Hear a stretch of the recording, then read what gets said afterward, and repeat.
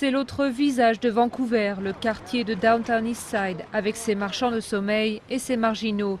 C'est aussi une population de 5000 consommateurs de drogue par intraveineuse, dont un tiers sont séropositifs. Ici, on se shoote trop souvent dans des conditions d'hygiène déplorables. Et c'est là que l'unique centre d'injection supervisé d'Amérique du Nord a ouvert ses portes. Je me faisais des bulles de sang sous la peau. Se rater, ça s'appelle. L'infirmière est venue et m'a montré comment me faire un garrot et comment trouver la veine. Les femmes toxicomanes sont parmi les plus vulnérables. Certaines se prostituent pour se payer leur dose.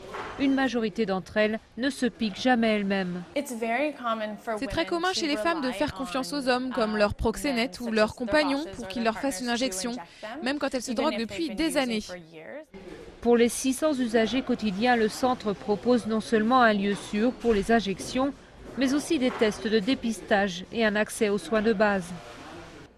À l'étage, on a une clinique de désintoxication et les gens sont donc plus enclins à se faire soigner.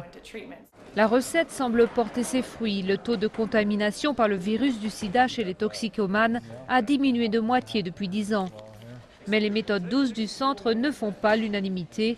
En 2008, le gouvernement fédéral dirigé par les conservateurs se prononce pour sa fermeture et commande une énième étude pour trouver une solution alternative.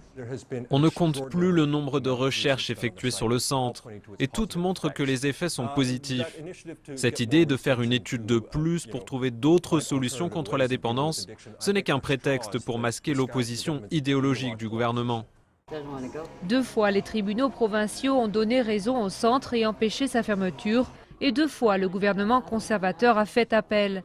C'est désormais à la Cour suprême canadienne de trancher.